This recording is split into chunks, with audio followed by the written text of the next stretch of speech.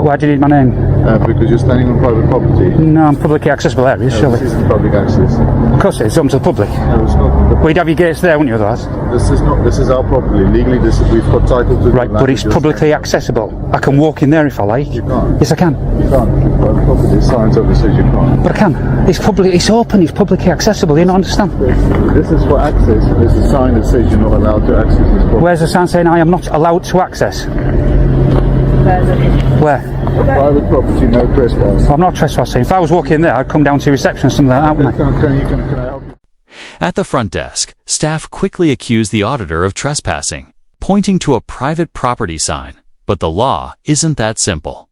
A sign alone doesn't strip public access. What matters is whether the space is openly available to the public.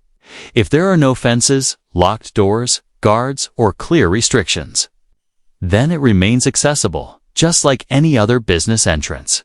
That's why the auditor pushes back. Walking through the main doors to reception isn't trespassing. It's using the same entry anyone else would.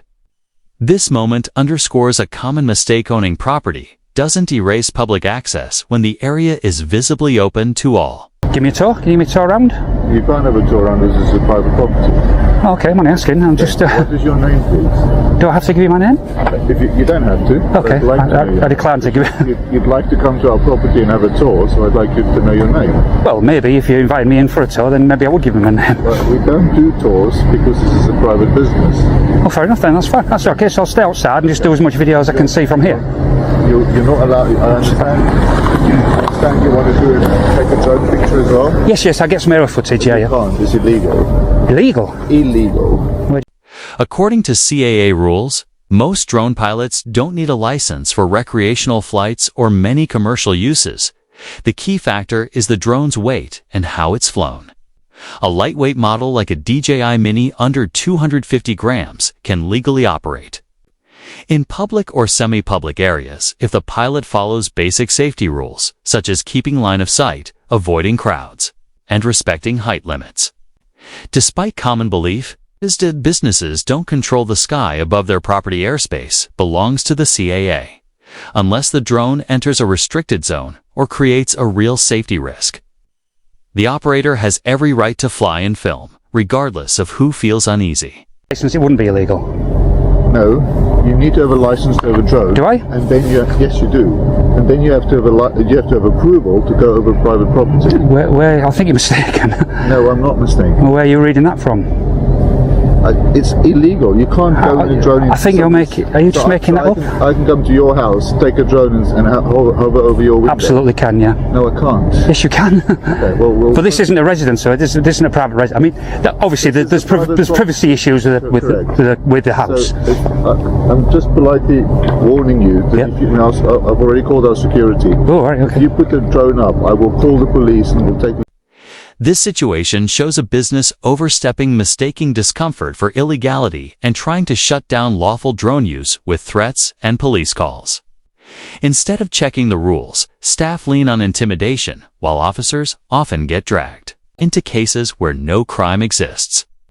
The bigger problem comes when police arrive without proper training, sometimes siding with businesses and reinforcing false beliefs about airspace rights. In the end, the employee's overreaction wastes resources and highlights a need for better awareness, as even law enforcement risks adding to the confusion rather than resolving it. The facility here, they've called with some concerns of you've been flying a drone, potentially planning to fly a drone over their facility. They've noted obviously the fact that they've got quite flammable materials, machinery and stuff is quite expensive and obviously could cause some damage. They're worried obviously if you were to fly a drone over their property and it was to malfunction for some reason or other, right, then obviously it could cause some serious damage or risk or harm to others.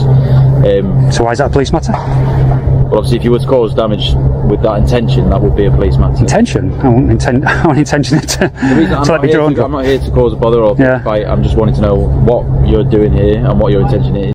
The officer tries to justify involvement with a what-if scenario. What if the drone crashes or is used to cause harm, but speculation isn't law? With no reckless flying, no threats, and no crime, there's no legal basis for police action.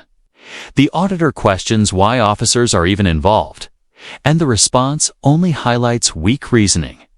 Of course, deliberate damage would be criminal. But that's irrelevant when the pilot is calmly following all rules. Treating lawful. Drone use as suspicious simply because it makes someone uneasy sets a dangerous precedent, policing based on hypotheticals instead of facts. I understand it was something to do with the YouTube channel or something. I explained everything to them, and then they still called the police. So, did they ring 101 or 999? It was 101. Oh, good, thank God for that. It's not an emergency. No. So, okay, so... What is your purpose? It's for a YouTube channel, I understand. Yeah, just go around making videos of companies I found interesting. So, yeah, do that really, and fly my drone and get some drone footage and stick it all together. I explained everything to them, and they wouldn't have it. Right, okay. He's just saying, it's illegal. He went and looked at the CAA rules, and he came out saying you can't fly within 50 metres and all this. But I'm assuming that's what you were all planning to do, is obviously within those, outside of that 50 metres, is that? no, not at all, because mine's a 249 gram drone, so therefore my drone doesn't fall foul to that rule. The officer wrongly claims the auditor must keep a 50-meter distance from the factory. But the auditor quickly clarifies that this rule only applies to drones over 250 grams. His DJI Mini, weighing under that limit, is legally allowed closer. Under CA guidelines, provided he keeps line of sight, avoids crowds, and follows safety rules. The exchange highlights a troubling issue. A civilian knows the law better than a trained officer, exposing a serious gap in police understanding of drone regulations and leaving the burden of accuracy on the person being questioned rather than the authority enforcing it. Fly anyway with our drone, so... It does say within the 50 metres of people or buildings. Nope. Non-CA. Right. So drones under 250 grams can fly within those. Right, okay. And obviously within that as well, obviously if it's got a camera, I'm assuming you're adhering to obviously GDPR rules and stuff like that as well. I'm exempt to GDPR because I'm not registered on GDPR and I'm not a corporate company. So all mine is citizen journalism and it is just pure public interest. So GDPR don't apply. Confusion over GDPR is widespread, with police and businesses often assuming public filming must comply. But that's a mistake. UK GDPR and the Data Protection Act 2018 regulate how organizations handle personal data, not private individuals. Recording for personal, recreational, or journalistic purposes. If someone films lawfully in public, even with a drone, they're not breaking data laws unless acting on behalf of a business or formal body.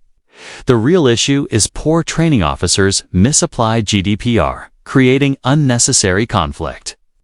What's needed is clear understanding that corporate data rules don't apply to private filming. What drone is it that you fly, sorry? So it's the DJI Mini 3. Right, okay. I'm assuming that is under the... That's, it's a 249 gram drone, yeah. Do you want me to show you? I can show you. Yeah, perfect. Yeah. I'd like to show you. I'd like to stay within everything I do this all the time, so everything I do is within the bounds of the law. Yeah. So he pulled out the wrong law, unfortunately. There you go, 249 grams. It says on it. Yeah. Perfect. Yeah. Well, that's right, because they need to keep them under 250. That's the whole idea of that drone, is to get under that 250 gram rule, you see. So, as I understand it as well, that I know obviously you don't have to do the flight course or flight test that comes with it, but if you are flying it with a camera, you still need to register for an operator ID. Is that the case? I do, yep. Did you know? Did you see that on the... There's a... I'll show you again. Sorry.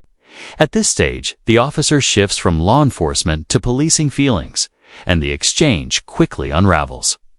Even after the auditor shows his valid CAA operator ID, the officer keeps pressing, then pivots to guilt tactics, arguing he should have asked a business for permission out of respect. But that's not a legal requirement, it's a courtesy. The auditor, still within his rights, challenges whether any law has been broken, yet the officer dodges the question by replacing legal standards with personal bias. The officer turns a lawful flight into an unnecessary confrontation. This way, so if I've got a light aircraft or a helicopter and I fly over here, do I have to ring every single company saying I'm flying over your business? No, because that's within over 400 or 400 metres plus, isn't it? The helicopter? No chance. They're not filming as well. I can go 120 metres. Like I said, I'm not here to cause a fight or bother. Yeah, but you're making rules up, so... I'm not making rules up, am I? Right, I think you are. What rules have I made up there, sorry? That I have to seek their permission to fly the drone over their building. It's good to do so, isn't it? Well, You're a member of the public in their business trying to do their day-to-day work, Yep. obviously it would have been nice Right. for you to go and say, can I have this Right. permission? And they'd turn around to you and say, ideally no, they don't want you here, do they? So reverse to that is, I'm a member of the public trying to do my piece of work. They should just leave me alone. The officer shifts tone again, echoing the business by suggesting the auditor should have asked permission out of courtesy, but courtesy isn't law. Filming from public space or flying a drone in unrestricted airspace requires no business approval.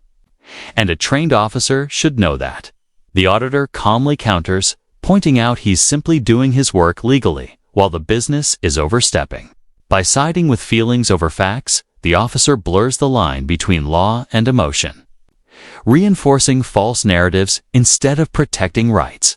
Surely. Okay. Works both ways, doesn't it? So they should respectfully leave me alone to get on. I think I've had to wait for you guys. He said I've rung the police, so I waited. I don't want you chasing me around What the is the estate. plan of action and how long are you meant to be here? I'm going around all the estate. I'm going to do as many as I can, many buildings as I can, so you probably get more calls. I don't know. Right. You recording the conversation? Yes, I am. Yes, Should you not have told them? Should you not have retold me? No. Yes, you should. I think it's, yes, it is. It's in your policy to inform them. No, it's not. Yes, it is. It's not. It is. It's in your It's check not. your policy. It's not unexpected when dealing with emergency service that we will be recording. This is not an emergency. This is not an emergency, though, is it?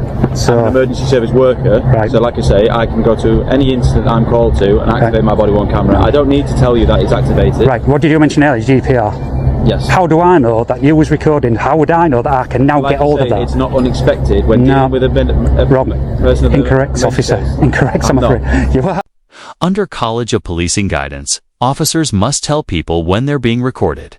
Yet here the officer fails to disclose and, when challenged, arrogantly doubles down instead of correcting himself. The auditor smartly flips the script, pointing out that if GDPR really mattered, he should have been told about the recording so he could request the footage. This exposes clear hypocrisy. The officer was quick to invoke rules against the auditor, but ignored them when they applied to his own conduct. Rather than admit fault, he lets ego override policy, showing a lack of fairness and professionalism. Right, so if you see the signs on there that they say video Yes. in operation, they've told you they are recording. You have to tell me you're recording. Right, okay, check it. Read your rules. I will do. Yeah, I don't. I think you do. That's fine. I think you do. I don't. Like I say, I'm not here to pick a fight. Right. I've just come down here on the basis of what they've said. They've got concerns for the risk of their staff and their employers. Right, from a man with a camera. You were sorry? From a man with a camera. So what is the risk? Like I say, they thought, or their rationale to us, Mm-hmm. was that if that drone were to malfunction over their property, it could cause significant damage or risk to others. Okay, but that's my responsibility. Yes, Yes, and I have insurance for that. If that did happen, I'm insured. the public liability. I have. Public liability insurance plea protects against costs if a drone accidentally causes injury or property damage, making it an important safeguard even though it isn't legally required for UK hobbyists. While optional, it's strongly advised for professional use, as it shows the operator takes safety and responsibility seriously. By mentioning he carries PLI, the auditor proves he's not just flying within the law, but also preparing for potential risks, demonstrating foresight and professionalism that set him apart from casual hobbyists. Fully insured, fully licensed. I do this all the time. I wouldn't do it illegally because that'd be silly. You guys would be arresting me every minute, wouldn't you? You know, so I do it all legally. I've got to mention that thin blue alarm badge as well. I've got to mention the thin blue alarm badge. That is not standard uniform, Okay. so that shouldn't be on there. That's offensive for me. Why is it offensive? Because that's about the officers that have fallen in the line of duty, and more private citizens are being killed by officers than have fallen in line of duty, and you can check those statistics. So that is offensive and it should be removed. Could you remove that? No. Okay, so that is not standard uniform. Answer me that one. It's a charitable organisation. Is it standard It's showing uniform? My respect to other officers. Is it standard uniform? It's not issued to me by the police. No. Thank you. Shouldn't be on there then. I'm offended by that. Please remove. The thin blue line symbol is meant as a tribute to fallen officers, representing loyalty and sacrifice, but it's increasingly controversial. While some see it as police pride, critics view it as promoting division and an us versus them mentality, sometimes linked to resistance against public oversight. Because of this, some UK and international forces discourage or ban its display in uniform to protect public trust, ensuring officers appear neutral and approachable. The debate: highlights the challenge of balancing internal solidarity with the need for community confidence and impartial policing. Can I ask, obviously, why you're trying to hide your identity and you're not willing to give me any of your personal details? All my videos are faceless, so I always keep it like this, so faceless. He comes out with his camera, he's videoing me. Right. So I don't want him knowing who I am. Your van pulls up with shiny windows, if I'm videoing that, it could capture my face. So it just saves me having to You're willing load to of... give me your details? Like, it's for no reason other than we log it down, and then obviously if in future we can contact you rather than having to appear in face, we can give you a call for all I know. No, I'll decline that request, so yeah, I haven't broken any laws, so I don't need to, do I really? So... Like I say, as long as you're fine and happy that you're not going to cause any further injury, then absolutely, yeah. you'll be fine. Like yeah. You're not technically committing any offences as it stands at the moment, but just, like I say, it's just be... As the officer finally steps back, the encounter ends. But the real issue is how quickly misinformation took over. Front desk staff acted on assumptions, calling police instead of understanding drone laws or public filming rights, and the arriving officer compounded the confusion, citing GDPR, airspace, and property rules incorrectly. Aligning with the business rather than the law, he demanded ID and implied unnecessary permissions were required, refusing to acknowledge corrections or gaps in his knowledge. This situation underscores the importance of documenting interactions without video evidence. Lawful activity could easily be challenged or shut down due to misunderstanding and ego rather than actual law or safety.